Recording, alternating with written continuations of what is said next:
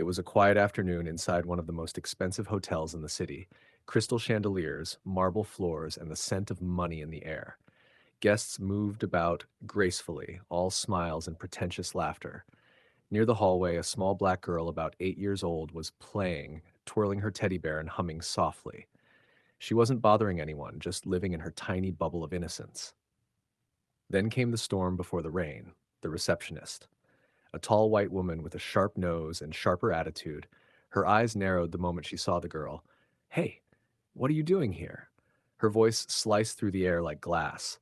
The little girl froze, clutching her teddy tighter. I'm just waiting for my... Don't you lie to me, the woman barked, cutting her off. Heads turned. Guests stared, some whispering, but no one stepped forward. The receptionist's voice grew louder, nastier. "You don't belong here, little girl. Go back to wherever you came from." Tears welled up in the child's eyes as her lower lip trembled.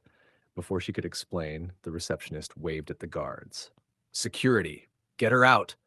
the little girl pleaded. "Please, my dad. He's upstairs." But they didn't care. The guards grabbed her by the arm and shoved her outside into the storm. Rain poured down, soaking her hair and dress as she stood crying under the dark sky, clutching her teddy. Inside, the receptionist returned to her counter, smirking. She had no idea what storm was coming for her next. Are you feeling that twist already? If you're deep into this story, hit that like button, drop a comment, and subscribe. The father came tearing down the grand staircase, fury burning through every step. His mind was screaming her name. His little girl, his heart beat. The receptionist looked up, startled, pretending to be busy typing, as if evil could hide behind a keyboard. "Excuse me," he said sharply. "Have you seen a small black girl around here?" Her smirk appeared before her words. "A child? No, sir. None that belong here." That word, belong, hit him like a slap. He didn't even answer. He turned and bolted through the glass doors into the storm. There she was, curled by the curb, drenched, trembling, tears fighting with raindrops on her cheeks.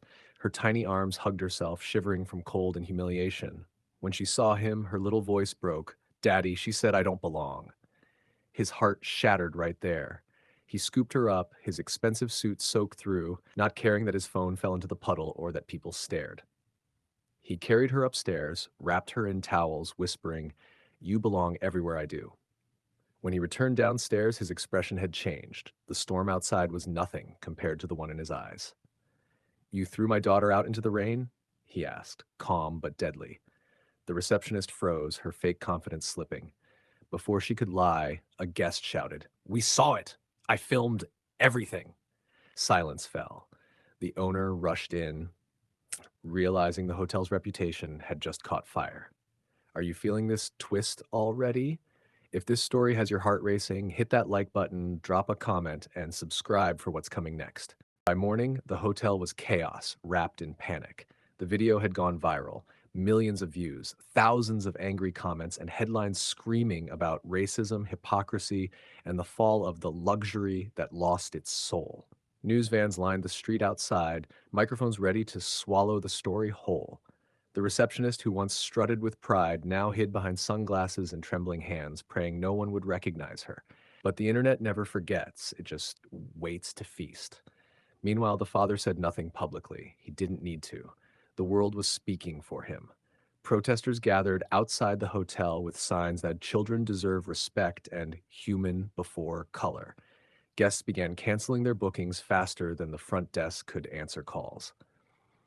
The owner, red-faced and sweating, tried to control the damage, but it was like trying to plug a leaking dam with a toothpick. One by one, sponsors pulled out, business partners distanced themselves, and the hotel's rating dropped from 5 stars to a single star, dripping with shame. The receptionist was fired, but the public demanded more: an apology, justice, accountability. Under mounting pressure, the owner held a public conference, stammering through fake sympathy while cameras captured every nervous twitch. And then, boom, the father walked in mid-conference, his daughter by his side, both dressed in white. The crowd went silent. The moment felt biblical. Are you enjoying how karma's cooking this one? If this twist got you hooked, don't forget to like, drop your thoughts in the comments, and subscribe. The entire hall went dead silent. Cameras turned, flashes erupted, and every pair of eyes locked on the man and his little girl. The owner swallowed hard, his fake smile trembling like paper in a storm. The father stepped forward slowly, calm yet commanding, his voice steady enough to silence thunder. "You let hate run your business," he said, staring straight at the owner. "Now, watch what happens when love runs mine." The room erupted in whispers. The father raised a folder. Legal papers. "I just bought this hotel," he announced. The crowd gasped. Phones flew up to record. The owner blinked, confused. "That's impossible."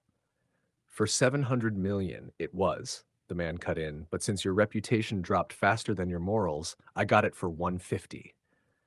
He turned to his daughter, smiling gently. "You're the new owner's princess now." The little girl grinned, clutching her teddy like a crown. The receptionist, now a trembling shadow in the corner, tried to approach, tears streaking her face.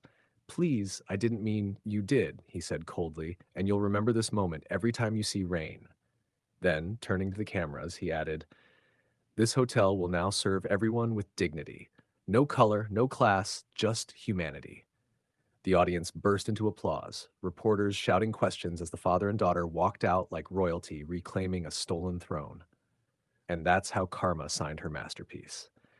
If that ending hit hard, show it some love. Smash that like button, drop your thoughts below, and subscribe to Splendid Tales for more mind blowing stories where injustice burns and truth rises like fire.